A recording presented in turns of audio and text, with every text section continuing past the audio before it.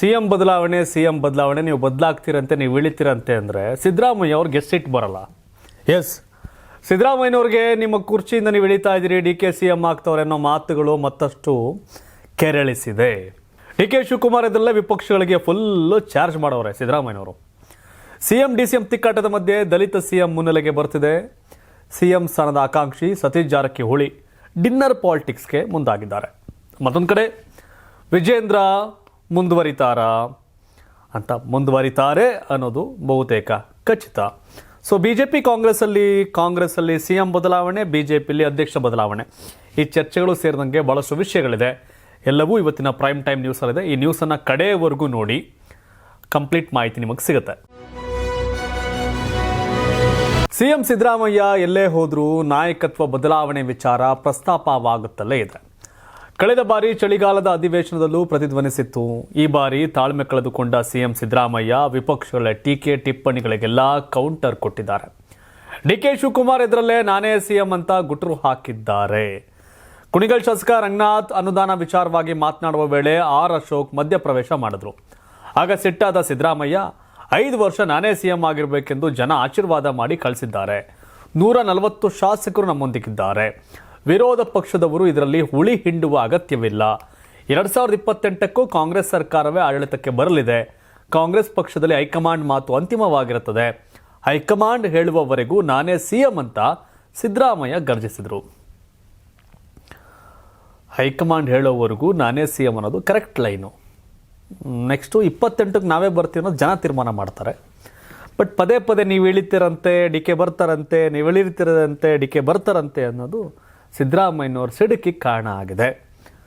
ಗೊತ್ತಿಲ್ಲ, ಸಹಜವಾಗಿ ಇದ್ದೇ ಇರುತ್ತೆ. ಬಟ್ ಗೌರವಯುತವಾಗಿ ಸಿಎಂ ಬದಲಾವಣೆ ಕಾರ್ಯಕ್ರಮದಲ್ಲಿ ಕಾಂಗ್ರೆಸ್ ಹೈಕಮಾಂಡ್ ಭಾಗಿಯಾಗೋದು ತುಂಬ ಒಳ್ಳೆಯದು. ಇಲ್ಲ ಅಂತಂದರೆ ಈ ಹಾದ್ಬೀದಿ ಸಂಘರ್ಷ, ಚೇಡ್ಸೋದು ಕಾಡ್ಸೋದೆಲ್ಲ ಇರುತ್ತಲ್ಲ, ಅದೆಲ್ಲೆಲ್ಲೋ ಹೋಗ್ಬೋದು.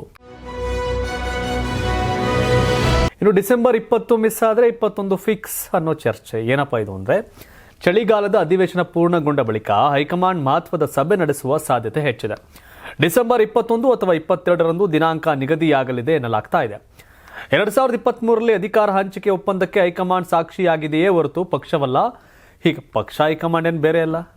ಹೀಗಾಗಿ ಹೈಕಮಾಂಡ್ ವರಿಷ್ಠರು ಸಿದ್ದರಾಮಯ್ಯ, ಡಿ ಕೆ ಶಿವಕುಮಾರ್ ಇಬ್ಬರನ್ನೂ ಮುಖಾಮುಖಿ ಕೂರಿಸಿಕೊಂಡು ಮಾತುಕತೆ ನಡೆಸಲಿದ್ದಾರಂತೆ.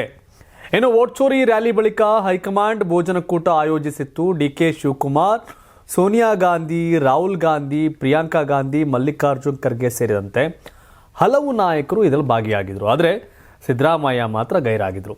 ಎಲ್ಲರ ಉಬ್ಬೇರುವಂತೆ ಮಾಡಿತ್ತು ಈ ಘಟನೆ. ಇದು ನಾಯಕತ್ವ ಬದಲಾವಣೆ ವಿಚಾರದಲ್ಲಿ ಸಿದ್ದರಾಮಯ್ಯಗೆ ಅಸಮಾಧಾನ ತರುವಂತಹ ಸಂಗತಿಗಳು ಸಂಭವಿಸಿದೆಯಾ ಅನ್ನೋ ಅನುಮಾನ ಶುರುವಾಗಿದೆ. ಒಟ್ಟಲ್ಲಿ ಹೈಕಮಾಂಡ್ ಡಿಸೆಂಬರ್ನಲ್ಲಿಯೇ ನಿರ್ಧಾರ ತೆಗೆದುಕೊಳ್ಳಬೇಕಿದೆ. ಏಕೆಂದರೆ 2026-27ರ ಬಜೆಟ್ ಕನಿಷ್ಠ 1 ತಿಂಗಳಾದರೂ ತಯಾರಿ ನಡೆಸಬೇಕಾಗುತ್ತದೆ. ನಿರ್ಧಾರ ಕೈಗೊಳ್ಳುವಲ್ಲಿ ವಿಳಂಬವಾದರೆ ಸಿದ್ದರಾಮಯ್ಯನವರೇ ಮುಂದಿನ ಬಜೆಟ್ ಮಂಡಿಸಬೇಕಾಗಬಹುದು. ಅದು ಕರೆಕ್ಟೇ, ಬಜೆಟ್ ಮಂಡಿಸಬೇಕಲ್ಲ. ಇವ್ರ ಕುರ್ಚಿ ಸಂಕಷ್ಟದಲ್ಲಿ, ಹಗ್ಗಜಗ್ಗಾಟದಲ್ಲಿ ನಮ್ಮ ರಾಜ್ಯದ ಬಜೆಟ್ ವಿಷಯದಲ್ಲಿ ವ್ಯತ್ಯಾಸ ಆಗಬಾರ್ದಲ್ಲ. ಏನು ದಿಢೀರ್ನೇ ಹೋಗಿ ಓದಕ್ಕದೇನು ಒನ್ ಲೈನ್ ಲೆಟರ್ ಅಲ್ವಲ್ಲ, ಬಜೆಟ್ ಅಲ್ಲ, ಪ್ರಿಪೇರ್ ಆಗಬೇಕಲ್ಲ. ಡಿ ಕೆ ಶಿವಕುಮಾರ್ದವನೇನೋ ಒಂದಷ್ಟು ಕನಸಿರುತ್ತೆ, ಇಲ್ಲ ಸಿದ್ದರಾಮಯ್ಯವ್ರ ಕಡೆ ಬಜೆಟ್ ಆದರೆ ಅವ್ರದ್ದೊಂದು ಆಸೆಗಳಿರ್ತವೆ, ಅವೆಲ್ಲ ಅಲ್ಲಿ ಇಂಪ್ಲಿಮೆಂಟ್ ಆಗಬೇಕಾಗತ್ತೆ. ಇನ್ನು ಈ ನಡುವೆ ಕಾಂಗ್ರೆಸ್ ಕತೆ ಹಿಂಗಾದ್ರೆ ಬಿಜೆಪಿದ ಮತ್ತೊಂದು ಕತೆ. ದೆಹಲಿಗೆ ಹೋಗಿದ್ದಾರಂತೆ ವಿಜೇಂದ್ರ. ಕಾಂಗ್ರೆಸ್ನಲ್ಲಿ ಮಾತ್ರವಲ್ಲ, ಬಿಜೆಪಿಯಲ್ಲೂ ಭಾರೀ ಬದಲಾವಣೆಯ ಸಂಭವ ಇದೆ. ಬಿಜೆಪಿಯ ನೂತನ ಕಾರ್ಯಾಧ್ಯಕ್ಷರನ್ನಾಗಿ 45 ವರ್ಷದ ನಿತಿನ್ ನಬೀನ್ ಅವರನ್ನು ನೇಮಕ ಮಾಡಲಾಗಿದೆ ಮತ್ತು ಮುಂದಿನ ರಾಷ್ಟ್ರೀಯ ಅಧ್ಯಕ್ಷರು ಎಂದೇ ಇವರು ಬಿಂಬಿತರಾಗಿದ್ದಾರೆ.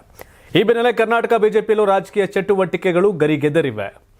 ರಾಜ್ಯಾಧ್ಯಕ್ಷ BY ವಿಜೇಂದ್ರ ಅಧಿವೇಶನ ಬಿಟ್ಟು ದೆಹಲಿಗೆ ಹಾರಿದ್ದಾರೆ. ನಿತಿನ್ ನಬೀನ್ ಅಧಿಕಾರ ಸ್ವೀಕಾರ ಹಿನ್ನೆಲೆ ದೆಹಲಿಗೆ ತೆರಳಿರುವ ಸಾಧ್ಯತೆಗಳಿವೆ. ರಾಜ್ಯದಲ್ಲಿ ನಾಯಕತ್ವ ಬದಲಾವಣೆ ಕೂಗು ಕೇಳಿ ಬರುತ್ತಿರುವ ಹೊತ್ತಲ್ಲಿ ವಿಜೇಂದ್ರ ದಿಲ್ಲಿ ಭೇಟಿ ಭಾರೀ ಕುತೂಹಲ ಮೂಡಿಸಿದೆ. ವಿಜೇಂದ್ರ ಬದಲಾಗೋದಿಲ್ಲ, ವಿಜೇಂದ್ರ ಕಂಟಿನ್ಯೂ ಮಾಡ್ತಾರೆ, 3 ವರ್ಷ ಪೂರೈಸ್ತಾರೆ. 3 ವರ್ಷ ಆದಮೇಲೆ ಬದಲಾವಣೆ ಬಹುತೇಕ ಆಗುತ್ತೆ, ಇದು ಲೆಕ್ಕಾಚಾರ. ಇವ್ರು ಎಷ್ಟೇ ಸರಿ ಫ್ಲೈಟ್ ಹತ್ತು ಹೋಗಿ ಬಂದರೂ ಇವ್ರದ್ದೇನು ಚೇಂಜ್ ಮಾಡೋಕ್ಕೋಗಲ್ಲ. ಪಾಪ ಉಳಿಸ್ತಾರೆ ವಿಜೇಂದ್ರ ಅವರ. ಉಳಿದಿರೋ ಇನ್ನು 8-10 ತಿಂಗಳು ನೆಮ್ಮದಿಯಾಗಿ ರಾಜ್ಯಾಧ್ಯಕ್ಷರಾಗಿ ಮುಂದುವರಿರಿ ಅಂತ ಬಿಡ್ತಾರೆ. ಇದಂತೂ ಬಿಜೆಪಿ ಒಳಗಿನ ಮರ್ಮ. ನನಗೆ ಗೊತ್ತಿರೋ ವಿಷಯ ಇದಿಷ್ಟು. ಇನ್ನು Satish Jarkiholi dinner politics. CM DCM ಬಳಿಕ ಈಗ ಸತೀಶ್ ಜಾರಕಿಹೊಳಿ ಸರದಿ. ಯಾಕಂದರೆ ಡಿನ್ನರ್ ಮೀಟಿಂಗ್ ಕರೆದಿದ್ದಾರೆ, ಅದು ಕೂಡ ದಲಿತ ನಾಯಕರಾಗಿ ಅವ್ರಿಗೆ ಮಾತ್ರ. ಪ್ರತ್ಯೇಕ ಔತಣಕೂಟ ಏರ್ಪಡಿಸಿದ್ದಾರೆ. ಬೆಳಗಾವಿಯ ಖಾಸಗಿ ಹೋಟೆಲ್ನಲ್ಲಿ ನಡೀತಿದೆ ಒಂದು ಡಿನ್ನರ್ ಮೀಟಿಂಗ್. SC/ST ಶಾಸಕರು, ಪರಿಷತ್ ಸದಸ್ಯರಿಗೆ ಮಾತ್ರ ಆಹ್ವಾನವನ್ನು ಕೊಡಲಾಗಿದೆ. ಯತೀಂದ್ರ ಕೂಡ ಸತೀಶ್ ಪರವಾಗಿಯೇ ಬ್ಯಾಟಿಂಗ್ ಮಾಡಿದ್ರು. ಹೈಯಿಂದ ನಾಯಕತ್ವ ವಹಿಸಲು ಸತೀಶ್ ಜಾರಕಿಹೊಳಿ ಸೂಕ್ತ ವ್ಯಕ್ತಿ ಅಂತ ಹೇಳ್ಕೊಂಡಿದ್ರು. ಸಿಎಂ ರೇಸ್ನಲ್ಲಿ ಸತೀಶ್ ಜಾರಕಿಹೊಳಿ ಇರೋದ್ರಿಂದ ಈ ಔತಣಕೂಟ ಭಾರಿ ಮಹತ್ವವನ್ನು ಪಡ್ಕೊಂಡಿದೆ. ನಾಯಕತ್ವ ಬದಲಾವಣೆ ಚರ್ಚೆ ಹೊತ್ತಲ್ಲಿ ಶಾಸಕರ ವಿಶ್ವಾಸ ಗಳಿಸಲು ಸತೀಶ್ ಜಾರಕಿಹೊಳಿ ಸ್ಟ್ರಾಟಜಿ ಮಾಡ್ತಿದ್ದಾರೆ ಅನ್ನೋದು ಕೆಲವರ ಮಾತು. ಸತೀಶ್ ಜಾರಕಿಹೊಳಿ ಹೇಳಿದೆ, ನಾನು 28ಕ್ಕೆ ನಾನು CM ಅಭ್ಯರ್ಥಿ ಅಂತ, ಈಗಲ್ಲ ಅಂತ. ಬಟ್ ಬಂದರೆ ಬಿಡೋರು ಯಾರು ಅಂತಲೂ ಇದೆ. ಕೊಟ್ಟರೆ ಈಸ್ಕೋತಾರೆ. ಬಟ್ ಈಗ DK ವರ್ಸಸ್ ಸಿದ್ದರಾಮಯ್ಯ ನಡುವೆ ಇರತಕ್ಕಂಥದ್ದು ಕಾಳಗ. ಸತೀಶ್ ಎಂಟ್ರಿ ಎಚ್ಚರಿಲ್ಲ ಬಿಕಾಸ್ ಆಫ್ DK ಶಿವಕುಮಾರ್ ತಡೆಯೋ ಒಂದು ಗುಂಪು ಸತೀಶ್ ಜಾರಕಿಹೊಳಿ ಅವ್ರನ್ನ ನೀವಾಗಿ ದಲಿತ CM ಆಗಬೇಕು ಅಂತ ಅವ್ರನ್ನ ಮತ್ತು ಪರಮೇಶ್ವರ್ ಅವ್ರನ್ನ ಮಾಡ್ತಿದ್ದಾರೆ. ನೋಡ್ಬೇಕು, ಇಲ್ಲಿ ಖರ್ಗೆ ಅವ್ರನ್ನ ಇಳಿಸಿ ಅಂತ ಒಂದು ರೀತಿಯ ಕೂಗಿದೆ ಹೈಕಮಾಂಡಲ್ಲಿ. ಖರ್ಗೆ ಅವರಲ್ಲಿ AICC ಅಧ್ಯಕ್ಷ ಸ್ಥಾನದಿಂದ ಹೇಳಿದ್ರೆ ಅವರೇ ಒಂದು ಕರ್ನಾಟಕದ ಮುಖ್ಯಮಂತ್ರಿ ಆದರೂ ಆಗ್ಬೋದು, ಹೇಳಕ್ಕಾಗಲ್ಲ. ಇನ್ನು ಕಾಂಗ್ರೆಸ್ಸಿಗರ ಅನುದಾನ ವಿಚಾರದಲ್ಲಿ ಕಾಂಗ್ರೆಸ್ ಸರ್ಕಾರದ ವಿರುದ್ಧ ಸ್ವಪಕ್ಷೀಯರ ತೀವ್ರ ಅಸಮಾಧಾನವನ್ನು ಹೊರಹಾಕಿದ್ದಾರೆ. DKಶಿ ಆಪ್ತ ಶಾಸಕ DK ಶಿವಕುಮಾರ್ ಸಂಬಂಧಿ ಕೂಡ ಹೌದು. ಕುಣಿಗಲ್ ಶಾಸಕ ರಂಗನಾಥ್, ಮಧುಗಿರಿಗೆ 100 ಕೋಟಿ ಕೊಡ್ತೀರಾ, ಆದರೆ ನನ್ನ ಕ್ಷೇತ್ರಕ್ಕೆ ಯಾಕೆ ಕೊಡ್ತಿಲ್ಲ? CM ಕಡೆ ಬೆರಳು ಮಾಡಿ ತೋರಿಸುತ್ತಾ ಏರು ಧ್ವನಿಯಲ್ಲೇ ಪ್ರಶ್ನೆ ಮಾಡಿದ್ದಾರೆ. ನನ್ನ ಕ್ಷೇತ್ರಕ್ಕೆ 1,000 ಕೋಟಿ ಕೊಟ್ಟಿದ್ರು, ಆದರೆ ತಡೆ ಹಿಡಿಯಲಾಗಿದೆ ಅಂತ ಗುಡುಗಿದ್ರು. ಪ್ರಾಥಮಿಕ ಕೃಷಿ ಪತ್ತಿನ ಸಹಕಾರ ಸಂಘಗಳಿಗೆ ರಿಲೀಸ್ ಆಗಿರ್ತಕ್ಕಂಥ ಅನುದಾನದ ಬಗ್ಗೆ ಖಡಕ್ ಆಗಿ ರಂಗನಾಥ್ ಪ್ರಶ್ನೆಯನ್ನು ಎತ್ತಿದ್ರು. ಇನ್ನು ಕಾಗವಾಡ ಶಾಸಕ ರಾಜು ಕಾಗೆ ಕೂಡ ಅನುದಾನ ವಿಚಾರದಲ್ಲಿ ಸರ್ಕಾರದ ವಿರುದ್ಧ ಮಾಧ್ಯಮಗಳ ಎದುರೇ ಕಿಡಿಕಾರಿದ್ದಾರೆ. BJP JDS ಇದ್ದಾಗಲೂ ತಾರತಮ್ಯವಾಗಿದೆ, ಕಾಂಗ್ರೆಸ್ ಇರುವಾಗಲೂ ಆಗಿದೆ, ಪ್ರತಿಯೊಂದಕ್ಕೂ ಸಮಯ ಬರಬೇಕಷ್ಟೇ ಅಂತ ಮಾರ್ಮಿಕವಾಗಿ ಹೇಳಿದರು. ಮಧುಗಿರಿ ಶಾಸಕ ರಾಜಣ್ಣ ಕೂಡ ಕಾಂಗ್ರೆಸ್ MLA, ಕುಣಿಗಲ್ ರಂಗನಾಥ್ ಕೂಡ ಕಾಂಗ್ರೆಸ್ MLA, ಅದು ತುಮಕೂರು ಜಿಲ್ಲೆ. ಮಧುಗಿರಿಗೆ ಕೊಡಬೇಕಾದ್ರೆ ಕುಣಿಗಲ್ಗೆ ಯಾಕೆ ಕೊಡಲ್ಲ? ಓಲಿ BJP JDSಗೆ ಕೊಡ್ತಾ ಇಲ್ಲ, ವಿಪಕ್ಷ ಅಂತ ಅನ್ಯಾಯ ಮಾಡ್ತಾ ಇದ್ದೀರಿ. ಬಟ್ ಕಾಂಗ್ರೆಸ್ MLAಗೆ ಯಾಕೆ ಕೊಡಲ್ಲ? ಸಹಜವಾದಂಥ ಪ್ರಶ್ನೆ. ಸೊ ಕಾಂಗ್ರೆಸ್ ಸರ್ಕಾರದಲ್ಲೇ ಮತ್ತೊಂದು ಸರ್ಕಾರ, ಸಿದ್ದರಾಮಯ್ಯ ಸರ್ಕಾರ, DK ಸರ್ಕಾರ, ದುರಂತ ಅದೊಂದು. ಇನ್ನು ಸರ್ಕಾರಕ್ಕೆ ಯೂರಿಯಾ ಚಾಲೆಂಜ್ ಎದುರಾಗಿದೆ. ಅತಿವೃಷ್ಟಿ ಅನಾವೃಷ್ಟಿ ಬೆಂಬಲ ಬೆಲೆ ಬಳಿಕ ರೈತರಿಗೆ ಯೂರಿಯಾ ಸವಾಲು ಎದುರಾಗಿದೆ. ಕಿಲೋಮೀಟರ್ ಗಟ್ಟಲೆ ಸರ್ತಿ ಸಾಲಲ್ಲಿ ನಿಂತರೂ ಯೂರಿಯಾ ಸಿಗದೆ ಅದೆಷ್ಟೋ ಮಂದಿ ಹಿಂದಿರುಗಿದ್ದಾರೆ. ಈ ಮಧ್ಯೆ ಕಾಳಸಂತೆಯಲ್ಲಿ ಯೂರಿಯಾ ಮಾರಾಟವಾಗ್ತಾ ಇದೆ. ಬೆಂಗಳೂರು ಗ್ರಾಮಾಂತರ ಜಿಲ್ಲೆಯ ನೆಲಮಂಗಲ ತಾಲೂಕಿನ ಗಿಜ್ಜಗದಹಳ್ಳಿ ಬಳಿ ಅಕ್ರಮವಾಗಿ ಸಂಗ್ರಹ ಮಾಡಿದಂಥ 2,000 kg ಯೂರಿಯಾವನ್ನು 2,000 kg ಅಷ್ಟು ಇನ್ನು ಜಾಸ್ತಿ ಯೂರಿಯಾ ಮತ್ತು DRI ಜಪ್ತಿ ಮಾಡಿದೆ. 2,321 ರು ಬೆಲೆಯ 45 kg ತೂಕದ ಯೂರಿಯಾವನ್ನು ಒಂದೊಂದು ಬ್ಯಾಗ್ ಬರೋದು. ಕೇಂದ್ರ ಸರ್ಕಾರ 2,054 ರೂಪಾಯಿಗೆ ಸಬ್ಸಿಡಿ ನೀಡಿ 266 ರೂಪಾಯಿಗೆ ರಾಜ್ಯಗಳಿಗೆ ನೀಡ್ತಿದೆ. ಆದರೆ ಕಾಳಸಂತೆಯಲ್ಲಿ 2,500 ರೂಪಾಯಿವರೆಗೆ ಯೂರಿಯಾ ಮಾರಾಟ ಮಾಡ್ತಿರೋದು ಬಯಲಾಗಿದೆ. ಕೇಂದ್ರ ಸರ್ಕಾರ 2,000 ಕೊಡ್ತಾ ಇದೆ, ಇದ್ರ ಕಾಳಸಂತೆಯಲ್ಲಿ 2,000 ರೂಪಾಯಿ ಚೀಲಕ್ಕೆ ಇಟ್ಕೊಂಡು ಮಾರ್ತಾವ್ರೆ. ದುರಂತ. ಇವರೊಂದು ರೀತಿ ಭಯೋತ್ಪಾದಕರು ರೈತರ ವಿಷಯದಲ್ಲಿ ಇರಲ್ಲ. ಇದೇ ವಿಚಾರವಾಗಿ ವಿಪಕ್ಷ ನಾಯಕ ಆರ್ ಕುಟುಕಿದ್ದಾರೆ. ಪದೇ ಕೇಂದ್ರ ಸರ್ಕಾರದ ಮೇಲೆ ಆರೋಪ ಮಾಡ್ತಾರೆ. ಈಗ ಮುಖ್ಯಮಂತ್ರಿಗಳು ಏನು ಹೇಳ್ತಾರೆ?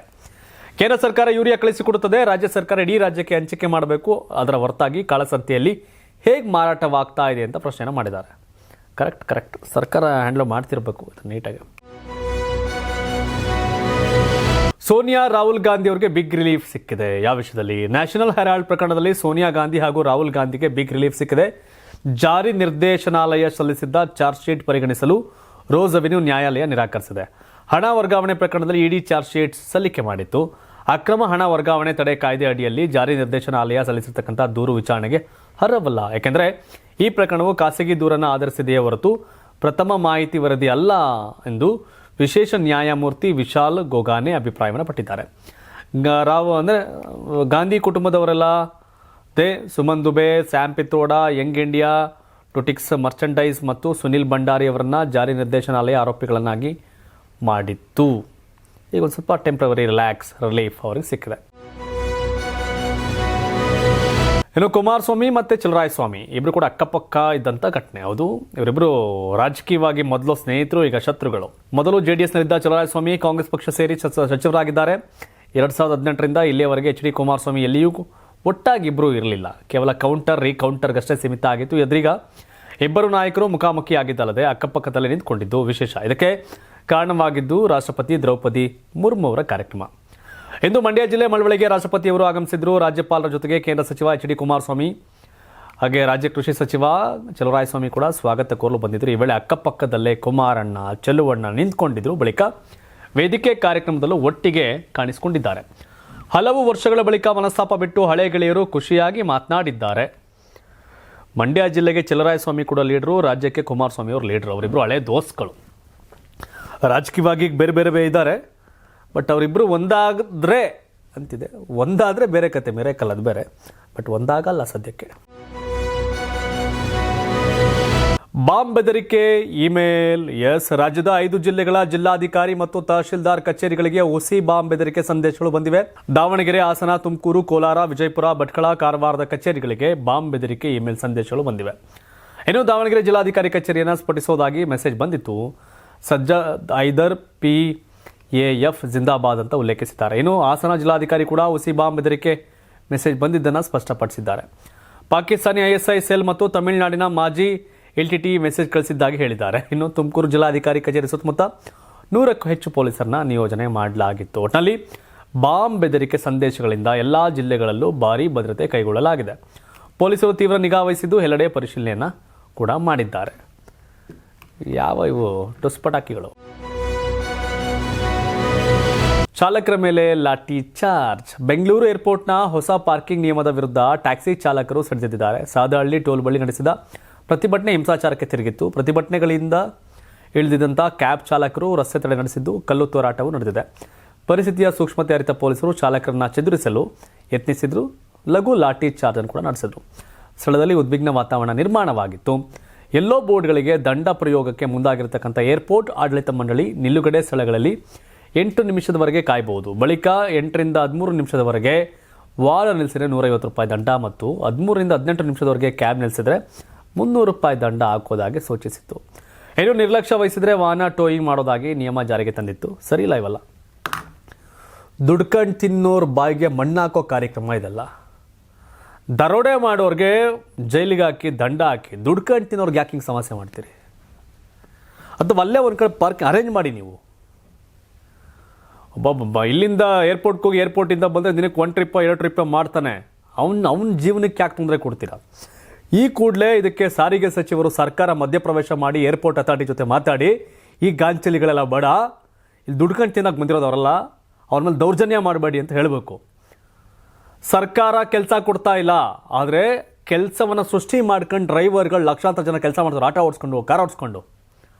ಅವ್ರ ಮೇಲೂ ದೌರ್ಜನ್ಯ ಮಾಡೋ, ದಬ್ಬಾಳಿಕೆ ಮಾಡೋ ಈ ರೀತಿಯ ಇದೆಯಲ್ಲ, ಕಾಣಿಸ್ಬೇಕು. ಇಮಿಡಿಯೇಟಾಗಿ ರಾಜ್ಯ ಸರ್ಕಾರ ಈ ವಿಷಯದಲ್ಲಿ ಮಧ್ಯಪ್ರವೇಶ ಮಾಡಿ ಇವೆಲ್ಲ ಬೇಡ, ನಿಮ್ಮ ಪತಾಟಿಗಳು ರಾಜ್ಯ ಸರ್ಕಾರದ ಜಾಗ, ರಾಜ್ಯ ಮತ್ತು ಕೇಂದ್ರ ಸರ್ಕಾರದಿದು, ನಮ್ಮ ಜನ ಕೆಲಸ ಮಾಡ್ತಾವ್ರೆ, ನಮ್ಮ ಡ್ರೈವರ್ಗಳು ಅಂತ ಪರವಾಗಿ ನಿಲ್ಲಬೇಕು.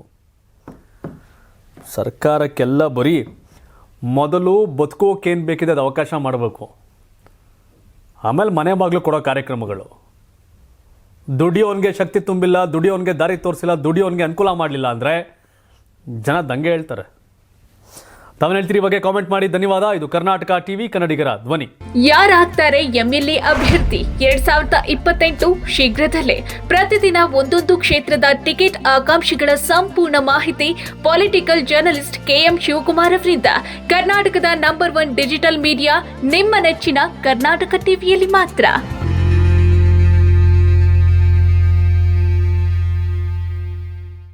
ನೀವು ಸಣ್ಣ ಆಗಬೇಕಲ್ವಾ? ಅದು ಒಂದು ಉತ್ತಮ ಆಹಾರದಿಂದ ಸಣ್ಣ ಆಗಬೇಕಲ್ವಾ? ಪ್ರತಿದಿನ ನಮ್ಮ ಜೀನಿ ಸ್ಲಿಮ್ನ ಯೂಸ್ ಮಾಡಿ ಯಾವುದೇ ಸೈಡ್ ಎಫೆಕ್ಟ್ ಇಲ್ದಂಗೆ ನೀವು ಸಣ್ಣ ಆಗ್ತೀರಾ.